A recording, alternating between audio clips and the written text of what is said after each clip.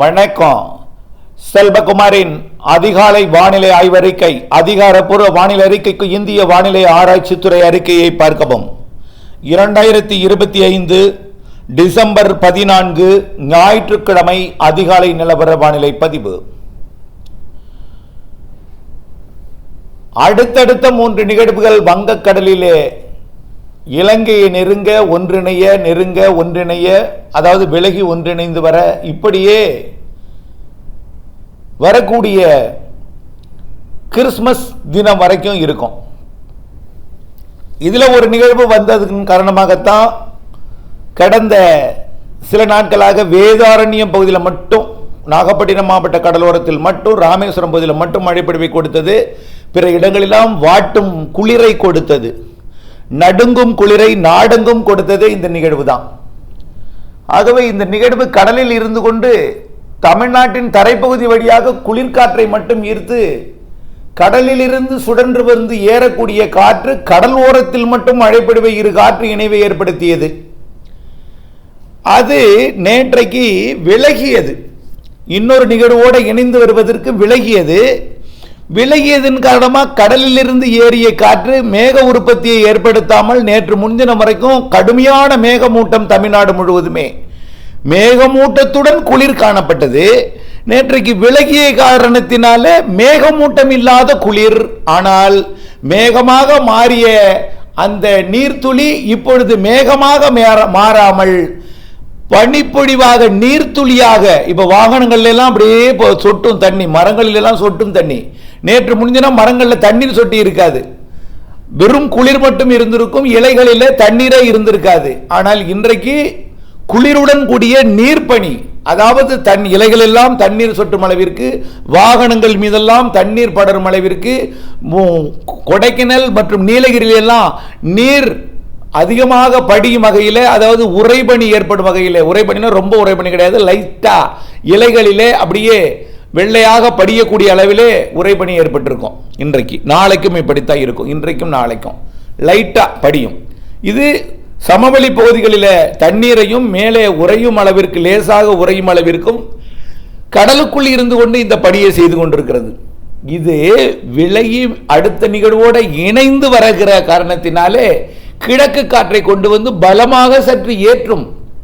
பலமாக பெரிய அளவிலே வலுவான கொட்டி தீர்க்கும் மழை அல்ல. அனைத்து கடலோர மாவட்டங்களிலும் கிழக்கு காற்றை கொண்டு வந்து ஏற்றி குளிரை பின்னுக்கு தள்ள போகிறது. குளிரும் ஒரு ஃபோர்ஸ் இல்லாமல் இருக்கும். ஏன்னா மேற்கத்திய இடையூறு இமயமலைக்கு வந்து குளிரை தடுக்கும்.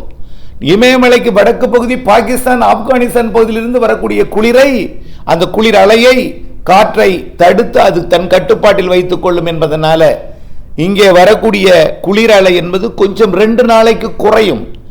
16ஆம் தேதி செவ்வாய்க்கிழமையும் 17ஆம் தேதி புதன்கிழமையும் குளிர் குறைந்து கிழக்கு காற்று நுழைந்து, இது எல்லாம் கிழக்கு காற்று நுழைகிறதுக்கு காரணம் என்ன?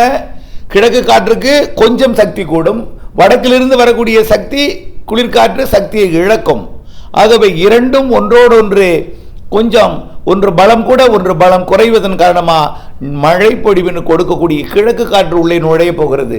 இதன் காரணமாக செவ்வாய்க்கிழமை காலை முதல் புதன் இரவு வரைக்கும் 2 நாள் தான், 18ஆம் தேதி இருக்க வாய்ப்பில்லை. 18ஆம் தேதி இருந்தால் அது தென்கோடி, தென் மாவட்டங்களின் மேற்கு தொடர்ச்சி மலையில் மட்டும் இருக்கும், இலங்கையில் இருக்கும். ஆனால் இலங்கை மற்றும் தமிழ்நாட்டிலே, இலங்கைக்கு 15ஆம் தேதியே தொடக்கலாம், ஆனால் 16ஆம் தேதி உறுதி. இலங்கை மற்றும் தமிழ்நாட்டிலே நல்ல மழைப்பொழிவை பெரும்பாலும் கடலோரத்திலையும் தென்கடலோரத்திலையும் தென் மாவட்ட மேற்கு தொடர்ச்சி மலையிலையும் சற்று பரவலான சற்று கனமழை முதல் கனமழை வரை கொடுக்கும். உள்ளேயும் கொடுக்கும், கோயம்புத்தூர், திருப்பூர் உள்ளிட்ட மேற்கு மாவட்டங்கள், திண்டுக்கல் மாவட்டத்திலையும் கொடுக்கும். ஆனால் குளம் நிரப்பும் மழை அல்லது உயிர் கொடுக்கும் மழை, அறுவடைக்கு இடையூறு கொடுக்கும் மழை, நனைக்கும் மழை, மிதமான மழை, தெற்கே சற்று கனமழை, கடலோரம் கனமழை, சற்று கனமழை, தென்கோடி மாவட்டங்களின் மேற்கு தொடர்ச்சி மலையில், அதாவது 4 மூக்கு ஊத்து, காக்காட்சி மற்றும் திருநெல்வேலி தென்காசி மாவட்டத்தின் மேற்கு தொடர்ச்சி மலை, விருதுநகர் மாவட்டத்தின் சதுரகிரி மற்றும் ஸ்ரீவில்லிபுத்தூர், ராஜபாளையம் மற்றும் தேனி மாவட்டம், மதுரை மாவட்ட பகுதி, விருதுநகர் மற்றும் திருநெல்வேலி, தென்காசி, கன்னியாகுமரி மற்றும் ராமநாதபுரம், புதுக்கோட்டை, சிவகங்கை, மதுரை உள்ளிட்ட பகுதிகளில் மிதமானது முதல் சற்று கனமழையும், ஒரு சில இடங்களில் கனமழையும், ஓரிரு இடங்களில் மிக கனமழை பொழிவிற்கும் வாய்ப்புண்டு. ஆக அனைத்து மாவட்டங்களுக்கும் 16, 17 மழை உண்டு. தொடர்ந்து பெய்து கொண்டே இருக்காது. கருமேகம் சூழும், ஆங்காங்கே பொழியும். இது கிருஷ்ணகிரி, தர்மபுரி மற்றும் திருப்பத்தூர், வேலூர், ஈரோடு, கர்நாடக, இது கர்நாடக எல்லையோர ஆந்திர எல்லையோர மாவட்டங்களுக்கு, திருவள்ளூருக்கு மேற்கே உள்ள மாவட்டங்கள் ஆந்திர எல்லையோர மாவட்டங்களுக்கும், அப்படியே கிருஷ்ணகிரி, தர்மபுரி மற்றும் சேலத்தோட மேட்டூர், குளத்தூர் பகுதி மற்றும் ஈரோடு கர்நாடக எல்லையோர நீலகிரி வடக்கு சரிவில் கொஞ்சம் குறைவாக நனைக்கும் மழை பொழிவை கொடுக்கும். தெற்கே போக போக மழையின் அளவு சற்று கூடுதலாக இருக்கும். 16, 17 2 நாள் தான். இது மீண்டும் அடுத்த நிகழ்வு வரும்பொழுது அதோடு இணைவதற்கு மீண்டும் நிலநடுக்கோட்டு இந்திய பெருங்கடலை நோக்கி விலகிவிடும். ஆக 16, 17 நெருங்கி மீண்டும் வந்த வழியிலேயே கொஞ்சம் தென்கிழக்கு திசை நோக்கி போய்விடும். அப்ப என்ன ஆகும்? 18 மழை இருக்கலாம். தென்கோடி மாவட்டங்கள், தென் மாவட்ட மேற்கு தொடர்ச்சி மலையில் 18க்கு வடக்கெல்லாம் மழை இருக்காது. 18ஆம் தேதி வியாழக்கிழமை, செவ்வாய் புதன் கண்டிப்பாக மழை உண்டு. வியாழக்கிழமை இருக்காது. வியாழக்கிழமை தென்கோடியில் இருக்கலாம். வியாழனிலிருந்து 18லிருந்து 28ஆம் தேதி வரை ஒரு 10 நாட்களுக்கு இடைவெளி கொடுக்க போகிறது. அந்த நேரத்தில் என்ன பனி இருக்கும்? நீர்பனி இருக்கும். குளிர் மற்றும் நீர்பனி. அப்போ என்ன ஆகும்? லேசான அந்த வெள்ளையாக படியக்கூடிய அந்த நீலகிரி மாவட்டத்தோட மலைப்பகுதிகளில் அந்த படியக்கூடிய லேசாக ஐஸ் மாதிரி படியக்கூடிய புல்வெளிகளில் படியக்கூடிய அந்த பனிப்பொழிவு இருக்கும். தமிழ்நாட்டிலே சமவெளி பகுதிகளிலே மரங்களில் இருந்து சொட்டக்கூடிய நீர்பனி இருக்கும். அதோடு இணைந்த குளிர் இருக்கும். இப்ப இன்றைக்கு இருப்பது போல மீண்டும் 18லிருந்து 28ஆம் தேதி வரை. அப்போ நிகழ்வு கடலில் இருந்து கொண்டு ஒன்றிணைந்து தீவிரமடைந்து அடுத்தடுத்த நிகழ்வோட இணைப்பை ஏற்படுத்தி கொண்டு இணைந்து தீவிரமடைந்து பூஸ்டை பெறும். ஆனால் உடனடியாக அது பூஸ்டை பெறாததுக்கு காரணம் என்னன்னா, நிலநடுக்கோட்டு இந்திய பெருங்கடலில் தெற்கே இந்த 18ஆம் தேதிக்கு பிறகு ஒரு நிகழ்வு வரப்போகுது. அது என்ன செய்யும்னா, மீண்டும் குளிரை இருக்கிற காரணத்தினால தான் மீண்டும் இந்த கிறிஸ்துமஸ் நாளிலே குளிர் வரப்போகிறது. 18ஆம் தேதியிலிருந்து 28ஆம் தேதி 27ஆம் தேதி வரை கண்டிப்பா குளிர் வரும். ஒரு 10 நாட்களுக்கு குளிர் வரும். அந்த குளிர் நாட்களிலே பனிக்கடலை விதைத்தல், அதாவது கொண்டக்கடலை விதைக்கலாம். ஆனா மழை இருக்கு பாத்துங்க, 29க்கு மேல கனமழை இருக்கு. அதையும் நான் நினைவுபடுத்த விரும்புகிறேன். ஆங்கில புத்தாண்டை ஒட்டி முன்று 2 நாள், பின்னாடி 2-3 நாள், 6-7 நாளைக்கு மெல்ல நகரும் நிகழ்வு வருவதற்கு தாமதம் ஏற்படுவதற்கு காரணம் மெல்ல வந்து மெல்ல நுழைந்து மெல்ல நீடித்து நின்று பெய்து மெல்ல நகர்ந்து மெல்ல விலகும் நிகழ்வு ஸ்லோ மூவ்மெண்ட்ல இருக்கும். அதாவது மெதுவாக நகரக்கூடிய நிகழ்வாக இருக்கும் இந்த மாத இறுதி நிகழ்வு என்று கணக்கிடப்பட்டிருக்கிறது. ஆகையினாலதான் ஓரிரு நாள் தாமதம் அடைந்தாலும் பெய்யக்கூடிய மழையில் மாற்றமில்லை, நெருங்குவதில் கடப்பதில் வழித்தடத்தில் மாற்றமில்லை. இலங்கை கடந்து தென் தமிழ்நாடு கடந்து அரபிக்கடல் போவதில் மாற்றமில்லை. இது இந்த மாத இறுதி நிகழ்வு. ஜனவரி மாத முதல் 4-5 நாட்களுக்கு மழைப்பொழிவை கொடுக்கக்கூடிய நிகழ்வு. இது நிலநடுக்கோட்டுக்கு தெற்கே இருக்கக்கூடிய ஒரு நிகழ்வு. வட அரைக்கோள குளிரை ஈர்க்கிற காரணத்தினால்தான் மீண்டும் இந்த 18லிருந்து 27ஆம் தேதி வரை குளிரை கொடுக்க போகுது. அந்த நிகழ்வு விலகியதும் அப்போ தென்னரைக்கோளத்தில் நிகழ்வு இருக்காது. ஆனால் ஒரு நிகழ்வு வரும், ஒரு தீவிரம் இல்லாத ஒரு சாதாரண நிகழ்வாக இருக்கும். அது வட அரைக்கோள இமயமலை காற்றை அது ஈர்க்காது. ஈர்க்காமல் இது ஈர்க்க, அதாவது இலங்கைக்கும் அந்தமானுக்கும் இலங்கைக்கும் சுமத்ரா தீவுக்கும் இடைப்பட்ட பகுதியில் உருவாக போகிற நிகழ்வு நிலநடுக்கோட்டு இந்திய பெருங்கடல் நீராவியை ஈர்க்க பிக்கப் ஆகும். பிக்கப் ஆகி இலங்கை நெருங்கும். கண்டிப்பாக நல்ல மழைப்பொழிவை மெல்ல வந்து மெல்ல நுழைந்து நீடித்து நின்று பெய்து மெல்ல விலகும் நிகழ்வாக அமையும்.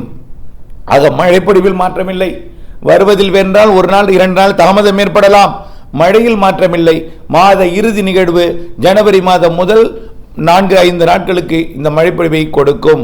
இறுதி நாட்களில் இருந்து 28லிருந்து 5ஆம் தேதி வரைக்கும் கூட மழைப்பொழிவை கொடுக்கலாம். ஓகே, அதுக்கு அடுத்தபடியா அப்போ என்னாகும்? குளிர் வராது, மழை பொழியும். பிறகு அது போனதுக்கு அப்புறம் என்னாகும்? மீண்டும் குளிர். எப்போ? 5ஆம் தேதியிலிருந்து ஒரு 9ஆம் தேதி வரைக்கும் மீண்டும் ஒரு குளிரை கொடுக்கும். 9ஆம் தேதி. அப்போ அதுல ஒரு 4-5 நாள் இடைவெளி கிடைக்கும். ஆனால் அதுக்கு முன்னாடி ஒரு வாரம் 4-5 நாளைக்கு 5-6 நாளைக்கு ஒரு வாரத்துக்கு மழை இருக்குங்க. அதுல இந்த மாத இறுதியில் ஒரு வாரம் இல்லைன்னா கூட ஒரு 5 நாட்களாவது நிறைய மழை இருக்கு இந்த மாதத்தில். அது வந்து தமிழ்நாடு முழுவதுமே இருக்கு.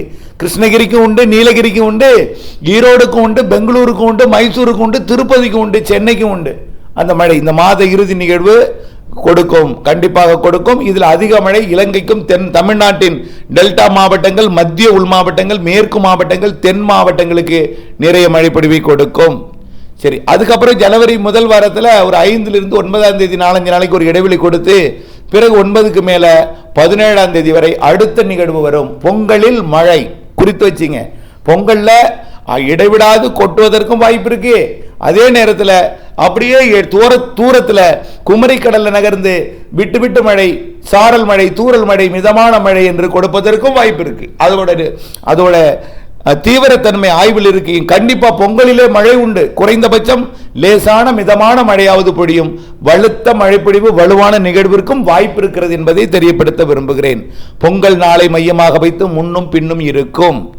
அடுத்தபடியாக அதுக்கப்புறம் ஒரு 3-4 நாள் இடைவெளி விட்டு அப்புறம் 20ஆம் தேதியிலிருந்து 25ஆம் தேதி வரைக்கும், குடியரசு தினத்துக்கு முன்னாடி நாள் வரைக்கும் அடுத்த நிகழ்வு மழைப்பொழிவு. ஆக ஜனவரியில் குறைந்தது 3 நிகழ்வு இருக்கு. இந்த மாத இறுதி நிகழ்வோடு சேர்த்த 4 நிகழ்வு இருக்கு என்பதையும், சாதாரண நிகழ்வு ஒன்றும் 2 சற்று வலுவானதும் இந்த மாத இறுதியில் வலுவானதுமாக இருக்கிறது என்பதையும் தெரியப்படுத்த விரும்புகிறேன். ஆக மழைப்பொழிவு, படிப்பொழிவு மாறி மாறி அமையும். பனி வந்தாலும் குளிர் வந்தாலும் மழை உண்டு, மழை வந்தாலும் மீண்டும் பனிப்பொழிவும் குளிரும் உண்டு. எல்லாம் நிலநடுக்கோட்டை இந்திய பெருங்கடலில் ஏற்படக்கூடிய நிகழ்வோட செட்டிங், இமயமலையில் இடைமறிக்கக்கூடிய மேற்கத்திய இடையோரோட செட்டிங் எல்லாமே இணைத்து குளிரை தடுக்கும், குளிரை ஈர்க்கும், மழையை கொடுக்கும். எல்லாம் மாறி மாறி செட் ஆகி மாறி மாறி வானிலையை கொடுத்து கொண்டிருக்கும். மழையும் இருக்கும், குளிரும் இருக்கும், பனியும் இருக்கும், எல்லாம் இருக்கும் என்று நம்ம நீண்டகால வானிலை அறிக்கையிலேயே சொல்லியிருக்கிறோம். குளிரும் வேண்டும், குளிர்விப்பதற்கு, நீராவியை நீராக மாற்றுவதற்கு அதற்கேற்ற குளிர் வரும். அது நீராவியை நீராக மாற்றும்.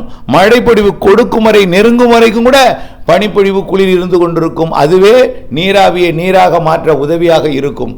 தொடர்ந்து ஆய்வறிக்கையோடு இணைந்திருங்கள். வரக்கூடிய செவ்வாய் புதன் மழை என்பதை நினைவில் கொள்ளுங்கள்.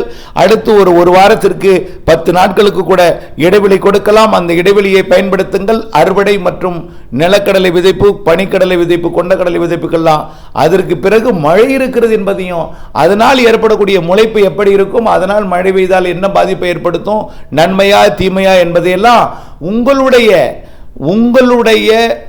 முடிவிற்கே விட்டுவிடுகிறேன் என்பதையும் தெரியப்படுத்த விரும்புகிறேன். இணைந்தே இருங்கள் அப்டேட்ஸுடன். நன்றி.